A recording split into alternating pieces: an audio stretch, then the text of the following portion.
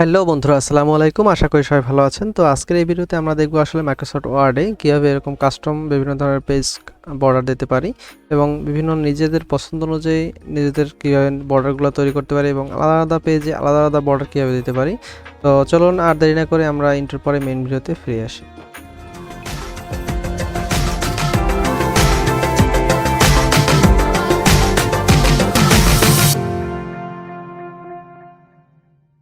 প্রিয় বন্ধুরা, আমরা এই ভিডিওতে মূলত বলেছি যে ডিজাইন মেনুর অন্তস্থ পেজ বর্ডার কীভাবে কাজ করে এবং বিভিন্ন ডকুমেন্টের ক্ষেত্রে পেজ বর্ডার ইউজ করে আসলে পেজটিকে কীভাবে অসাধারণ হিসেবে তৈরি করা যায় এবং আমাদের ডকুমেন্টকে আরও আকর্ষণীয়ভাবে সবার সামনে উপস্থাপন করা যায়।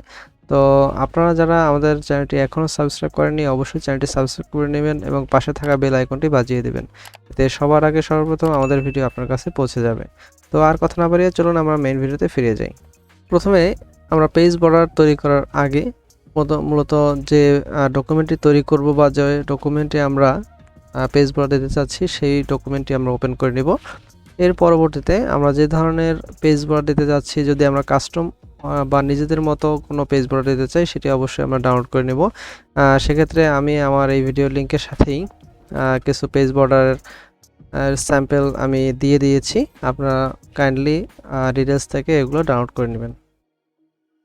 তো এছাড়াও যদি আপনারা অনলাইন থেকে ডাউনলোড করতে চান সেক্ষেত্রে বিভিন্ন ধরনের অনলাইন প্ল্যাটফর্ম আছে, সেখান থেকে আপনারা এই বর্ডারগুলো আপনারা ডাউনলোড করতে পারেন। এটার লিঙ্কও আমি আমার ভিডিও ডিসক্রিপশনে দিয়ে দিব। তো প্রথমে আমাদের পেজ বর্ডারটি দেওয়ার জন্য ডকুমেন্টটি ওপেন করে নিলাম। এরপর আমরা ডিজাইন মেনুর ভিতরে পেজ বর্ডার অপশনে ক্লিক করলাম। তো এখানে যখনই আপনি এরকম পেজ বর্ডার এবং শেডিংয়ের যে বক্সটি ওপেন হবে সেখানে প্রথমে দেওয়া থাকে ডিফল্ট অবস্থার নন, মানে আমরা পেজ বর্ডার ইউজ করতে চাচ্ছি না। আর যদি পেজ বর্ডার আমরা ইউজ করতে চাই সেক্ষেত্রে আমরা বক্সে সিলেক্ট করব। বক্সে যদি সিলেক্ট করি সেক্ষেত্রে দেখেন এই জায়গায় আমার চারপাশে একটি রেখা শো করতেছে পেজের, এটি হচ্ছে প্রিভিউ। এই প্রিভিউতে আসলে মূলত আমরা দেখতে পাচ্ছি যে আসলে পেজ বর্ডারটি আমার কোন দিকে কিভাবে আসতেছে। তো এখান থেকে যদি আপনি যে কোনো এক সাইডে বা উপরে নিচে ডানে বামে যে কোনো একদিকে যদি আপনি বর্ডার দেন অথবা যে কোনো দুই দিক তিন দিকে আপনি যদি বর্ডার দেন সেক্ষেত্রে আপনি এখান থেকে অন অফ করে নিতে নিজের মতো পারবেন। তো আমরা যেহেতু চারদিকেই বর্ডার চাচ্ছি সেক্ষেত্রে আমরা অবশ্যই চারদিকেরটাই অন রাখবো, অর্থাৎ বক্স আমরা সিলেক্ট করে রাখবো। এর পরবর্তীতে প্রথমে আছে আমাদের স্টাইল। তো এখান থেকে আমরা কী ধরনের বর্ডার নিতে চাচ্ছি এটি আমরা এখান থেকে তার স্টাইল নির্বাচন করব। এখানে বিভিন্ন ধরনের বর্ডার দেওয়া আছে, যেমন এখানে ডট ডট দেওয়া আছে, ড্যাশ ড্যাশ দেওয়া আছে, আবার ড্যাশের ভিতরে বিভিন্ন ধরনের ডিজাইন করা আছে, অথবা ডাবল লাইন, ট্রিপল লাইন, বিভিন্ন ধরনের লাইন দেওয়া আছে, অথবা এরকমের ঢেউ ঢেউয়ের মতো যে স্টাইল আছে সেগুলো আমরা দিতে পারি। যেটি আমরা দিব প্রথমে এটি আমরা সিলেক্ট করে নেব। সেক্ষেত্রে আমরা এখানে স্যাম্পল হিসেবে এই বর্ডারটি দিলাম। দেওয়ার পরবর্তীতে এই যে বর্ডার দিলাম এই বর্ডারের কালারটি কেমন হবে, এখান থেকে কালার অপশন থেকে আমরা বিভিন্ন ধরনের কালার দেওয়া আছে, এই কালার আমরা এখান থেকে চয়েস করতে পারি। তো যদি আপনি এক কালার ইউজ করেন সেক্ষেত্রে আপনি এখান থেকে যে কোনো একটি কালার ইউজ করতে পারেন। মোর কালারে গেলে আপনি আরও অনেক ধরনের কালার পাবেন, কাস্টমে গেলে আপনি নিজের মতো আরও কালার তৈরি করে নিতে পারবেন। তো আমরা এখান থেকে প্রথমে যে কোনো একটি সিম্পল কালারই আমরা এখান থেকে নিয়ে গেলাম। তো এরপর হচ্ছে আমাদের ওয়াইড অপশন। ওয়াইড অপশন হচ্ছে আমাদের এই যে বর্ডারটি হচ্ছে এই বর্ডারের প্রশস্ত বা এর ডেন্সিটি কত হবে, হ্যাঁ ওকে, এর ওয়াইডটা কত হবে। এখান থেকে আমরা যদি বাড়িয়ে নিই, যেমন 6 পয়েন্ট নিলে আমাদের বর্ডারটি মোটা আসবে, আর যত কম নিব অত চিকুন হবে। তো এখানে আমরা মোটামুটি 1 পয়েন্ট রাখলাম। তো এরপরে অ্যাপ্লাই টু অপশনে আমরা এখান থেকে আসলে সম্পূর্ণ ডকুমেন্টের ভিতরে একাধিক পেজ থাকতে পারে, একটি পেজও থাকতে পারে। আমরা যদি ডকুমেন্টের সকল পেজে এই বর্ডারটি দিতে চাই সেক্ষেত্রে আমরা অবশ্যই হোল ডকুমেন্টটি সিলেক্ট করব। আর যদি আমি কোনো সেকশন বাই সেকশনে আলাদা আলাদা বর্ডার দিতে চাই সেক্ষেত্রে আমরা দিস সেকশন সিলেক্ট করব। আমরা যে সেকশনটিতে বর্ডার দেব ওই সেকশনটি সিলেক্ট থাকা অবস্থায় আমরা এখান থেকে দিস সেকশনটি সিলেক্ট করে ওকে বাটনে প্রেস করব। তাহলে আমাদের ওই সেকশনে আসলে বর্ডারটি অ্যাপ্লাই হবে। আর যদি আমরা সম্পূর্ণ ডকুমেন্টে আমরা দিতে চাই সেক্ষেত্রে অবশ্যই হোল ডকুমেন্ট আমরা সিলেক্ট করে ওকে ক্লিক করব।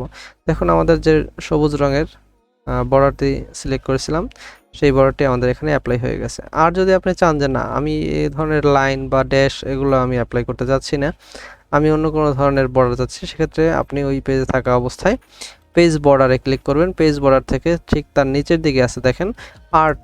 তো এই আর্টের ভিতরে আসলে বিভিন্ন ধরনের আর্টের স্যাম্পল দেওয়া আছে। আপনি এখান থেকে বিভিন্ন ধরনের ডিজাইনের মধ্যে থেকে আপনার পছন্দের ডিজাইনটি আপনি চয়েস করতে পারবেন। যেমন আমি এখান থেকে এই ডিজাইনটি আমি চয়েস করলাম।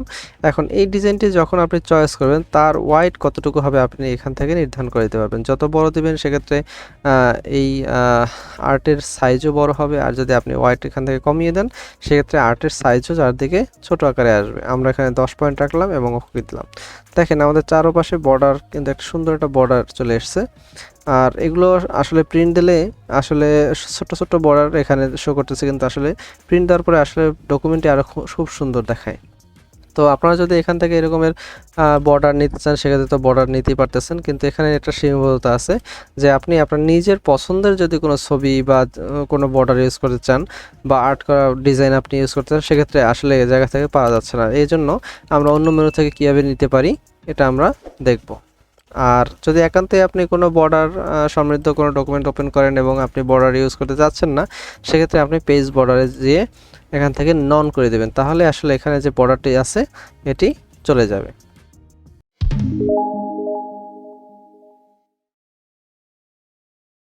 তো চলুন বন্ধুরা, এবার বর্ডারের কাস্টম বর্ডার আমরা কীভাবে ইউজ করতে পারি বা নিজেদের বর্ডারগুলো আমরা কীভাবে ইউজ করতে পারি বা কোনো জায়গা থেকে ডাউনলোড করা বা কালেকশন করা কোনো বর্ডার আমরা কীভাবে একটা পেজে ইউজ করতে পারি সেটি দেখে নিই। এজন্য প্রথমে আমরা চলে যাব ওয়াটারমার্ক অপশনে। ওয়াটারমার্ক অপশনে যাওয়ার পরে আমরা চলে যাব কাস্টম ওয়াটারমার্ক। কাস্টম ওয়াটারমার্কে যাওয়ার পরে এখান থেকে পিকচার ওয়াটারমার্কে আমরা সিলেক্ট করব এবং সিলেক্ট পিকচারে আমরা আমাদের পছন্দের যে পিকচারটি বা যে বর্ডারটি আছে ওই বর্ডারটি আমরা এখান থেকে চয়েস করব। যেহেতু আমার কম্পিউটারে এখানে আমার বর্ডার ডাউনলোড করাই আছে, আমি ওই বর্ডারটা জাস্ট সিলেক্ট করব। এখানে আমরা এই বর্ডারটি ইউজ করতে যাচ্ছি, সেখানে আমরা বর্ডারটি সিলেক্ট করে ইনসার্ট বাটনে ক্লিক করলাম এবং এখানে আমরা ওয়াশ আউটটি বক্সটি আনচেক করে দিলাম এবং অ্যাপ্লাইতে ক্লিক করলাম। দেখুন এই জায়গায় কিন্তু আমাদের পেজের ভিতরে আসলে বর্ডারটা চলে এসেছে, কিন্তু বর্ডারের সাইজটি যেহেতু ছোট এই কারণে আমাদের পেজের যে সাইজ আছে তার সাথে স্কেলিংটা আসলে ঠিকমতো হচ্ছে না। সেক্ষেত্রে আপনি এখান থেকে স্কেলিংটা আপনি ঠিক করে যদি দিতে পারেন সেক্ষেত্রে অবশ্যই আমাদের পেজের সাথে ওর একটা স্কেলিংটা ঠিক হয়ে যাবে। আর যদি দেখেন যে না আমি এখান থেকে স্কেলিং করতেছি কিন্তু আমার সাইজ মতো হচ্ছে না, সেক্ষেত্রে আপনি এখানে টাইপ করেও আপনার প্রয়োজনীয় স্কেলিংটা করে নিতে পারবেন। যেমন আমি এই জায়গাতে 450 স্কেলিং করতেছি এবং অ্যাপ্লাই বাটনে ক্লিক করতেছি। দেখুন আমাদের এখানে কিন্তু অলরেডি পেজের ভিতরে স্কেলিং হয়ে চলে আসছে। আমরা এখান থেকে ক্লোজ করে দিলাম। এখন আমরা যে পেজে আছি পেজের কিছুটা উপরে দিকে চলে গেছে, সেক্ষেত্রে আমরা এই যে ডকুমেন্টের ভিতরে আমরা ওয়াটারমার্ক হিসেবে যে বর্ডারটি আনলাম এটি আমরা যে কোনো এডিট পর্যায়ে নিয়ে যেতে হলে আমাদের চলে যেতে হবে মানে হেডার এবং ফুটার অপশনে।